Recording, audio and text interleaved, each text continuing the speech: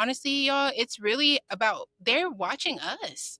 Yeah. They're watching how you navigate through your emotions and through your feelings. And so we talk about it starts with us. And so if I'm persevering, my daughter's going to see that. My son's going to see that. My other daughter's going to see that. And yeah, so I don't know. I mean, I know, but I'm going to leave it there. In a world that often pulls us apart, More in Common brings us back to what matters. Hosted by Gerren Taylor and Keith Richardson, this isn't your average podcast. It's a challenge to think deeper, question louder, and grow further. At More in Common, we work with NFL teams, tech companies, and professionals across industries to improve communication and foster compassion. And with a focus on emotional intelligence, we aim to bring a wealth of experience to help you navigate the complexities of human connection. We've never been more connected and yet more isolated. We want to explore the roots of that tension and offer a way back to what we all need: real human connection.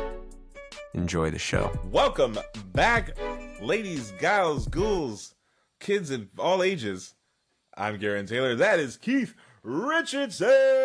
This is the More in Common podcast. Shy's back. Shy's back. What up, what up? We said Shy don't go anywhere. What's You know Shy? what? Just stick around. Here I We am. had so much fun. We had so much fun in the last episode. We were like, you know what? Let's just do two. Yeah. There were two things that came out of that conversation that we didn't dig into. And I mean, they play right into what you do with music and mindfulness. The first thing is your mention, like, we don't learn this stuff.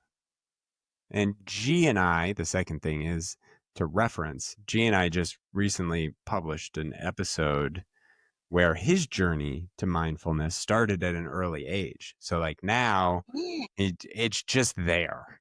Whereas mine started when I was 35.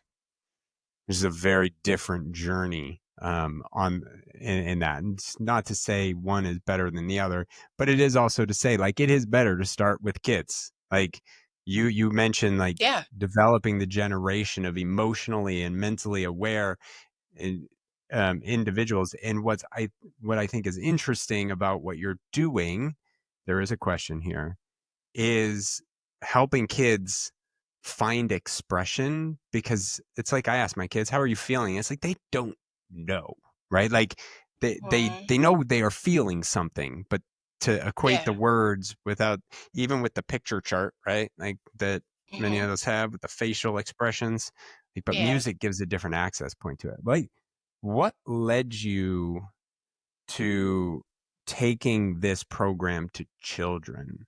And I mean, aside from that pop up, I got a name, let's go, here's my program moment, like, how did that come about? I have a lot of conversations with a really beautiful person, my cousin Nikki, and she is an activist. She's very much so involved in politics and what's going on in our world now. And she's a very emotionally driven individual, and I absolutely love and adore her. And having conversations with her, I would see how much things in our community, things in our world affect her, and how much she's like, I have to do something about it. And I would constantly tell her, and we should talk about it all the time. I was like, what can you do? Like, what if you had to focus on one thing? What do you know that you have in your power to do, to change? And if you stick to that, because I truly believe that all of us, this is what I believe. I believe that all of us are here for a purpose. I think that we have that calling. It'll show up in one way or another. And we either rise to action and follow through with that, or we let it pass us by. And then it's given to somebody else for them to do something about, right? And I don't think that my mental capacity, my patience level, or any of those things are for adults who are already set in their ways, who have no intention of being open to hearing or learning about anything else, because what they know is it, right? And That's just for me personally. However, there are people such as the wonderful More in Common podcast who have a platform that invite people on to have open conversations and be open to learning other things. If they want to go through that door, if they want to go through, cool, but y'all have the door for them to enter or leave it there, but they know that they got the door, right? So I chose to work with children because one, I can't necessarily fix everything that's happening right now, but I know that it's my responsibility to take the knowledge that I have and pour it into our next generation. And even if I don't see that change, my kids are going to see that change. My grandkids are going to see that change. My great, great, great, great, greats are going to see an even better future to the point where they're looking back like, man, y'all didn't have mindfulness. You guys didn't have music in schools. Music was on its way out. I didn't have access to instruments. That wasn't a normal thing for you guys. Just like our kids are blown away by house phones and you know what I'm saying? Like those are things of the past. And I want that. I know that that's my responsibility is to teach that to our children and our youth. I want my kids to be able to have healthy relationships when they get older, whether it be with a partner or just with their friends. Like I want them to be able to openly communicate about how they're feeling, not for any other reason other than like let that be normal, like let that be okay and emotionally agile. Like, hey, it is my responsibility to pour into our kids for the next generation, because if I don't, if I pass up on what my purpose is, I don't know if someone else is going to have the drive or determination or the courage to show up and do that. Because again, I'm making a stand on something that is exiting. They're trying to take music out of schools, saying that it's not important. We don't have the funding for it. It is absolutely important, and we absolutely need to find ways to create outlets to have the funding for that. So I'm kind of the resistance in that way, because our kids, our next generation, it's man, like it's necessary. Yeah, it's Like so y'all can interesting live in to a me yeah, because you don't plant a tree in order to be able to sit under its shadow, right? You plant a tree so that the people after you can have enjoy those fruits. And that's how society works, right? That's what we're supposed to be investing in and thinking about, but it feels like a lot of these calculations are made in such short-term thought processes, right? Like, let's cut the budget for music out of school so that we can save money right now, not thinking about or considering the impact that's going to have long term, especially when we yeah, consider ideas that what we're talking about, like mindfulness and emotional intelligence, and the advantage you get to society at large when people have that access to information and tools to manage how they feel earlier on in life so that they can become experts at it, later on. Like, everybody's fine with a kid starting basketball at 4 so that they can get their 10,000 hours and become LeBron James. Well, like, why don't we have LeBron James for emotional intelligence? You know what I mean? Like, where's absolutely that academy? Because it is right. important, you know. Hmm. It's such a reflection of the extreme individualism that we've been heading towards for quite a long time, for almost a century now, and about 75 years. And that I want it. I want to experience it. And to your point, G, like that's how society is not built that way. Society is built on the backs of those before us, right? Like it is uh whatever you're doing now, and the people of the civil rights movement would even say this isn't for me. I know I will Hmm. never experience this, right? Yeah. um how did you come like there are two things that were just amazing in what you said. One, like I need to find my thing and just commit to that because I can't fix everything, because Yeah. none of us can, right? So Yeah. how do you, I'll start with just this question. How have you come to peace with that? Mm. It's really a focus.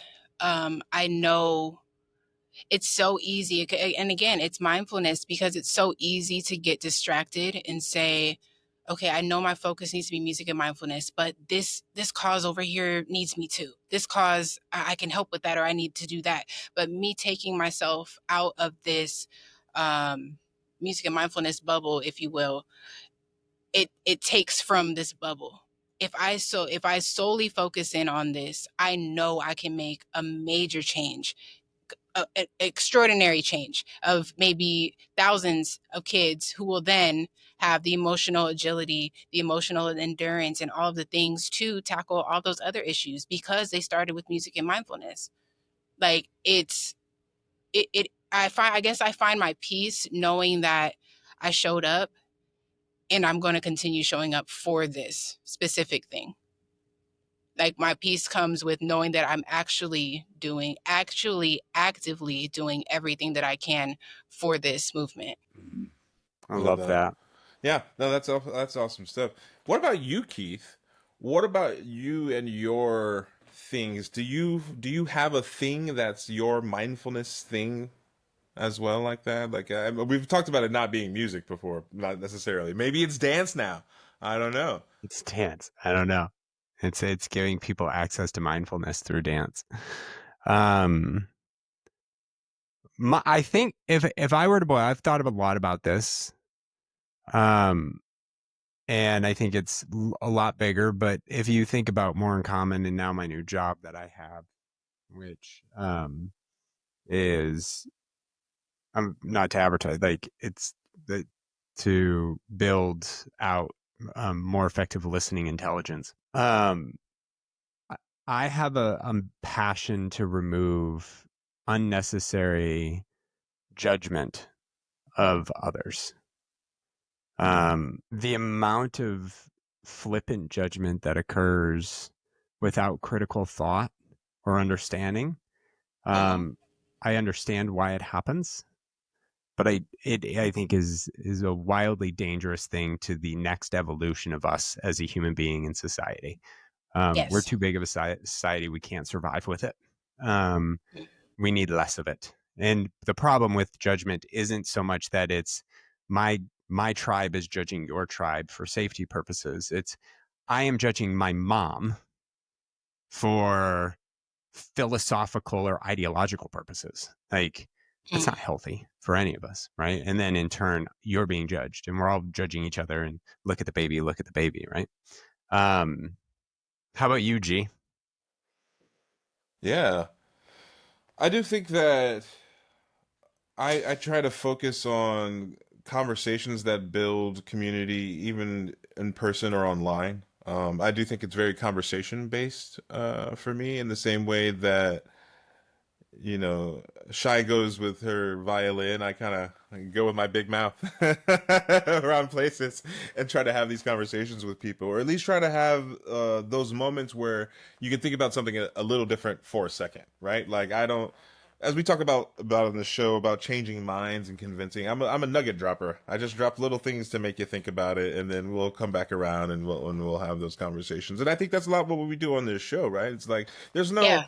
hard and fast answers here. We talk about the skill of trying things for mindfulness, for living better conversationally, having better interpersonal relationships. And as a little bit of a pivot too, we're all parents. So I definitely think the idea that we're talking about toward of at the beginning of planting the seeds in society for how we kind of want to see it in a way, right? Like ensuring that the next generation has some of these tools. But I want to see how that manifests for each of you in your homes with your own kids. What type of things do you try to instill or pass on about some of these topics to them? Mm. Yeah. Keith, do you want to start? No, I want you. I want to hear from you. Okay. Okay. We do talk a lot about feelings. I have a very big feeler, I will say. My oldest, Sarah, she's she's like me in a sense of very emotional, like not afraid to just cry on a whim, you know? And like when you have your kids, it's like, okay, are you actually sad or do you want my attention right now? And so as parents, we're learning how to navigate through that. But what I will say that I'm so proud of her about and like I recognize in her is she is very aware of how she's feeling. And she has no problem voicing it. It's not just, Mom, I'm just sad. It's, Mom, I'm frustrated. When you say that, that frustrates me. I'm like, oh my gosh. Okay, I understand. I understand a little bit about frustration. Okay, mom, I'm overstimulated. I'm feeling overstimulated right now. I'm like, that's my girl, because I know exactly what you're talking about when you say that, you know? And so hearing these things and just pouring into them and letting them know, like, hey, it's okay that you're mad right now. That's not the problem. The behavior is what's the problem. How can we work on the behavior behind that? Because you could be mad all you want to, but what you're not about to do is throw your toys and break some stuff because you're upset. We're not doing that, because who's replacing that? You know what I'm saying? So let's learn how to navigate through those emotions. And I feel like my kids do. They to me, they just, and not just because they're my kids. I've had people come to me and be like, your kids are very like emotionally aware. Like, it's really nice to see. And I'm like, oh, we're doing a wonderful job, you know? And Yeah. and again, if I were to hear myself like 5 years ago, if I were to fast forward and listen to myself talk now, I'd be like, oh my gosh, really? Like, we're doing a good job? Because, like, you know, those first few years in parenthood, you're just like, am I messing my kids Every year. up? Am I doing the right Every thing? Oh year. yeah, every year, you know, in its own different way. But Right. my daughter, she won an award for during their graduation last week. She got the Perseverance Award, and I cried, of course. Yeah. But I was just like, man, persevere. And that's honestly one of my biggest affirmations that I'll just say randomly to myself, like, girl, persevere. Persevere. I know it's hard today, but persevere. And so, yeah, just pouring into your kids and just seeing just kind of how they receive their information. And honestly, y'all, it's really about they're watching us. Yeah. They're watching how you navigate through your emotions and through your feelings. And so we talk about it starts with us. And so if I'm persevering, my daughter's going to see that. My son's going to see that. My other daughter's going to see that. And yeah, so I don't know. I mean, I know, but I'm going to leave it there. Go ahead, Keith. Yeah. How do you pour Yeah, into what your about you, children? G? Yeah. No, in the same way, I think that I also recently experienced going to my daughter's elementary school promotion, um, and you get to I know, I was like, when did that happen, by the way? But No, that's you get to take in sort of the full spectrum of how they got to the place they are now, and Mhm. watching them interact with their friends, even, or seeing them being held in such esteem. But like, I gotta get that picture, because like, this is the end of elementary school, right? So everybody's Oh. off to a new. I know everyone's off to a new adventure next year. And so, but nowadays too, they're like, I'll see you online, I'll see you on Roblox. Like, it's not forever like it used to Yeah, be. that's true. It's not That's like you just true. go off into the wind anymore. But just seeing that, the way they exchange appreciation for each other, and it does go to show how helping them have the tools to navigate their emotions early means they do it to their peers, right? It means that Yes. they're able to, we were talking earlier on this show about how I was a conflict manager at school, in elementary school, which would mean when two kids get into a little fight on the parking, on the recess on the playground, the teacher would basically give them a choice, like, you can get detention or you can work this out with the conflict manager, and people are going to go with the conflict What? manager, you know what I'm saying? Okay. um, but even having that role on the school playground helps everybody learn, all right, these are the ground rules for how to resolve a conflict, peacefully, basically, and without shouting, and without using accusatory statements, like focusing on using I messages, like, feel this way when XYZ happens, rather than, you make me feel like you know what I mean? Because that just, and making sure that there's ground rules for a constructive way to find a solution, and everybody's able to articulate how they feel. Everybody has space to express. Like, I feel like everybody that had that experience at Crocker Highlands Elementary School back in the day, shout out Oakland, California, will have benefited from it. And so it's important that we always, like you said, they're always watching us. So being able to model for them allows them to take some of those tools and put them into practice in the world, and spread the word.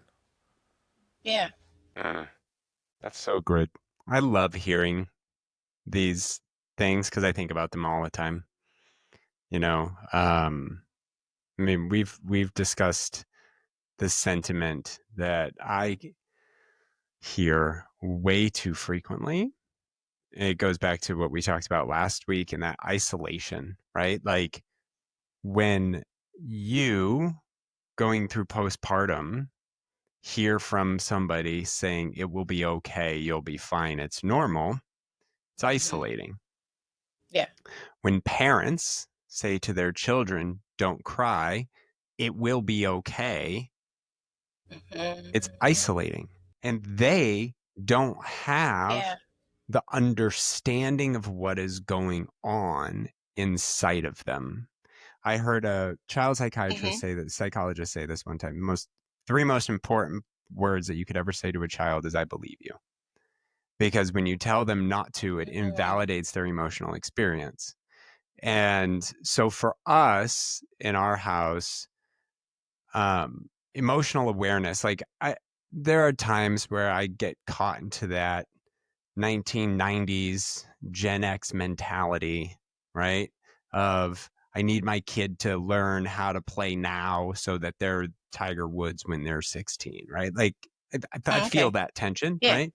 But my oldest still does, Okay. she's 8. She doesn't know how to ride a bike. So I have to navigate that because it's based on if she wants to, she will. If she doesn't, she'll learn. She'll be fine. It's like teaching your Yeah. kids to be potty trained. Like they're Hmm. going to use the toilet at some point. Yeah. Like Yeah. don't need to force the issue. Like it's more Yeah. for me than it is for them. Yeah. Um, but emotional awareness is like the thing. And we do meditate. We do try to practice meditation. But one of the things that I always try to allow my kids is to be what they are. If Yes. I know, like, we have a hard time with my oldest because she suffers from hanger and like the most ridiculous way. And then she Yeah. refuses to eat. Like, she just doesn't eat. Like, you're hungry and she just won't eat. So it's like it just gets worse. So now we have to balance this. I don't want you to placate your feelings with food, but you're hungry. So just Mm. eat Yeah. because that'll solve this problem. I promise. Yeah. Right. Yeah. But allowing her to just experience, she's sad. Like, let's just sit and let it be. And then Yeah. we'll talk about it. We'll talk about what it is. We'll work through it. We've got to find ways through it. We can't just Hmm. sit with these negative emotions and just let them fester. So Hmm. let's breathe. Let's do some things. Let's talk it out. Gee, you talked about conflict management. Like, it's one of the things we tried. It's not just use your words or Right. just figure it out. It's these are the words that I think you should use so you can Mm. have a frame for how to navigate this. And this is a big deal with my youngest. My youngest loves to hit her sister Hmm. anyway, not other kids. She doesn't hit other Yeah. kids. Um, but she hits her sister all the time. And it's like, okay, like need to use like we've got to figure it out. But I get you're frustrated, right? Like she's Yeah. doing that for a reason. So let's Yeah. validate the reason and then talk about how, to your point, we don't just throw our shit. I get you're angry, but this isn't Yeah. how we express it, right? Right. So it's and then um, modeling the behavior. Like my kids are me emotionally. Like they're Hmm. expressive, they're big, they're all of those things, and I get frustrated and irritated, just like every parent on the planet. Hmm. And I yell sometimes, and Yeah. I get stern, and my oldest tells me she doesn't like me to be stern, and we have this conversation, and Hmm. then I experience, hey, I'm frustrated, or I had a bad day, or this happened to me today, and I'm having a real hard time regulating my own emotions. Like Right. this is Yeah. not easy for me And that's either. big. Yeah. And so like we're here together, right? Yeah. We're here. Let's work through this together. And and then you know what? We're gonna come out the other side just better for it. Yeah. So those are the things that I try to process. So I love like your thank you for sharing all of those things from your perspective and giving me space to do the same. Yeah, Um, thank you for sharing. I want to touch on Thanks. something that you said, if you don't mind. I Yeah, just think that it's really big of you and for all of us to just really acknowledge and share with our kids, hey, like, mom had a bad day too, or dad is frustrated right now. Because I know growing up, I didn't really see a whole lot of that. And it was always, and I will say, because I can only go off of my experience as a Black woman, right? We're taught that being strong is doing it all, like you just muster up all of the courage all the time. You're never tired. You're always cooking. You're always cleaning. You're always making sure everybody's good and all of these things. But we're not allowed to, as soon as we get mad, now we're bitter. As soon as we, something like that. And what it really boils down to is like, it's actually very human and very much so strong to say, hey, mommy's not okay right now. Mommy's actually really tired right now. Mommy loves you, but I'm so overstimulated, I can barely hear your voice right now. And they get it. And my kids will just hug me. They'll be like, okay, mommy, are you okay? Or okay, and I'm like, dang. In the beginning, I was just holding all that back, and they're really just okay. They're like, okay, mom, I'll give you some space. That was easier than I had expected, And so I just think that it's really big of you guys to be doing that and to be role models because, again, we're pouring into the next generation. Go ahead, Gerren. What were you saying?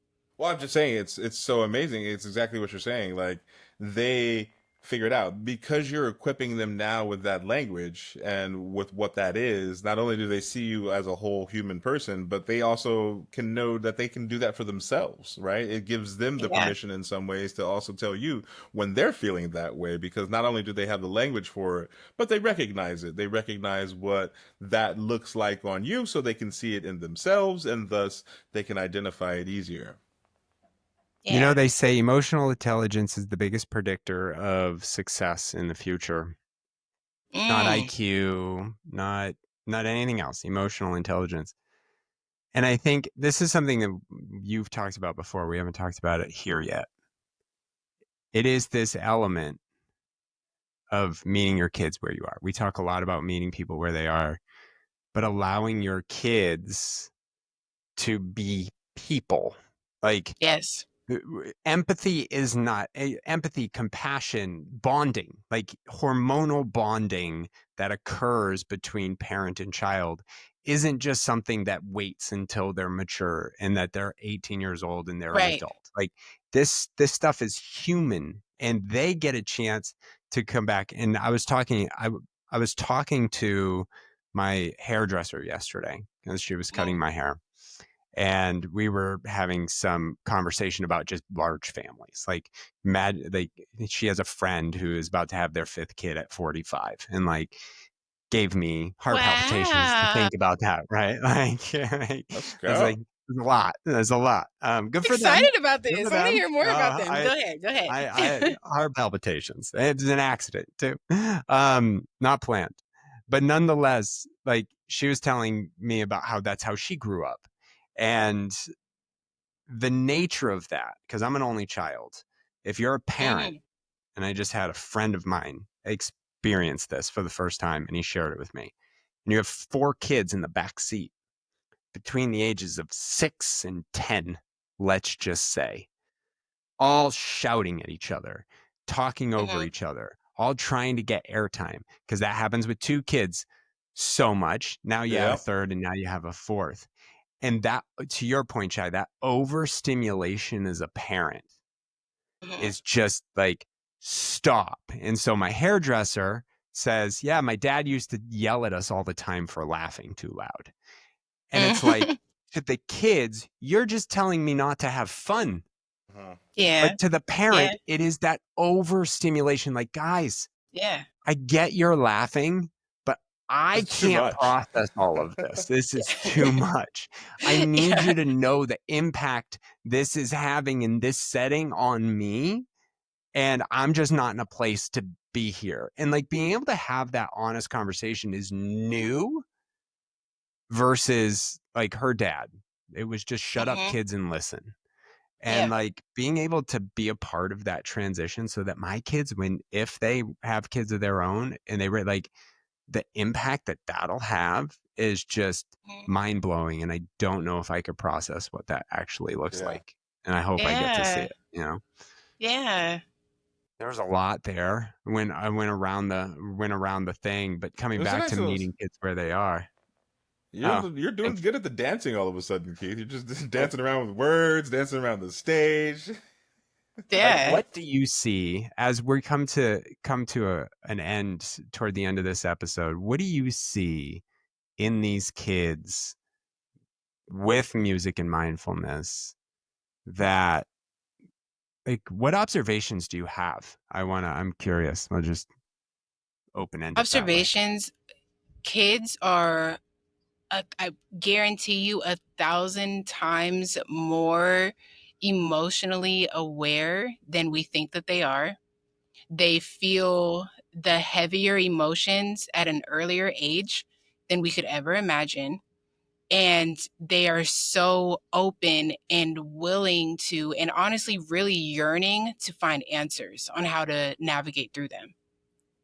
Because of not just with everything going on, but man, the babies just need love, and they really just need answers. And if not answers like yes or no, or right or wrong, they just need, hey, there's light at the end of the tunnel somewhere, and I can give you, you know, a little dose of where that could possibly be coming from. But they need us a lot more. They need us a lot more, and in some ways, man, a lot less than we think. So Mm, just really trust our kids. When they tell you something doesn't feel good, trust them. If they tell you, Mom, I really think, or Mom, Dad, I really just want to dance, that dance might be their mindfulness moment. And they might really need that. And, I know parents were like, oh, we need a commitment. Sometimes that moment is just what they need, and it's just a moment, and just support it for what it is. mm, Yeah, definitely. I think it goes back to kind of what you were saying earlier, Keith. Like sometimes as parents, we have to fight that urge to like, no, you're gonna be Tiger Woods. Like, go do this. Yeah. But Yeah. ultimately, there are little roommates that don't pay rent. They're human beings. They have their own Bruh. ideas, personalities, and we all navigate with each other. And though it is your job as a parent to lead and guide and help, like sometimes you find out as an adult you got to do that with your damn peers and roommates anyway, right? So in reality is it's kind of all the same. It's about respect. It's about being open to have conversations, and when you're able to kind of guide and model some of the things that we talk about around emotional intelligence, you really are arming them with the tools to have successful relationships with people, because life is ultimately always about relationships. Like, even when you know a bunch of stuff, if you don't have good relationships or you can't relate well with people, like, good luck. It's not going to work out that well for you. So arming them with the tools in order to be successful in the future really does mean arming them with the tools to know themselves, be able to be emotionally aware of what's going on, and to get past those moments, right? Like we were talking about, not just saying this too shall pass and everything's going to be okay and then suck it up, but Yeah. like actually talking about real tools to manage the stress of living, of the and things like, that we come across. and my final thought here, um, like last week when we talked about the different ways of accessing mindfulness, Hmm. like speaking directly to parents out there, if you are having a hard time with um, navigating a child's big emotions, because it can be really, really daunting and overwhelming, especially if Yeah. you don't necessarily have the skills yourself to navigate your own Yeah. emotions. Um, don't like, there are different ways. Like, there's animals, that's one way, but there's music, that's another way. And that's the one we're talking about here. And like, just know, like, there's direct impact having kids be able to express, like, what are you feeling right now? Right? Or Hmm. some Hmm. like joyful note, whatever that might Yeah. be, right? Some, like, that's such a cool way of having a conversation that is really difficult to have as an adult with a child. So I love Yeah. what you're doing. I think it's Thank you so so much. amazing and wonderful. And I'm so proud of you and I'm so happy for you. And Thank I'm so you. glad you are here again. Um, I know. Tip. right. Wow. Thank you so Um, much. No, we really do appreciate you sacrificing your time to hang out with us and share all these insightful things. It's Music and Mindfulness LA on Instagram. If y'all want to check out Shy and more of the wonderful works that she's doing around town in Yes. Los Angeles, helping kids learn about mindfulness through music. And we Yes. really do. Yeah. Yeah, again, appreciate your time. Thank you so much. Bye, y'all. This is the More in Common podcast. I'm Gerren Taylor. That is Keith Richardson. Y'all have a great one. We'll see you next week. Have fun. you're such a goofball. I am.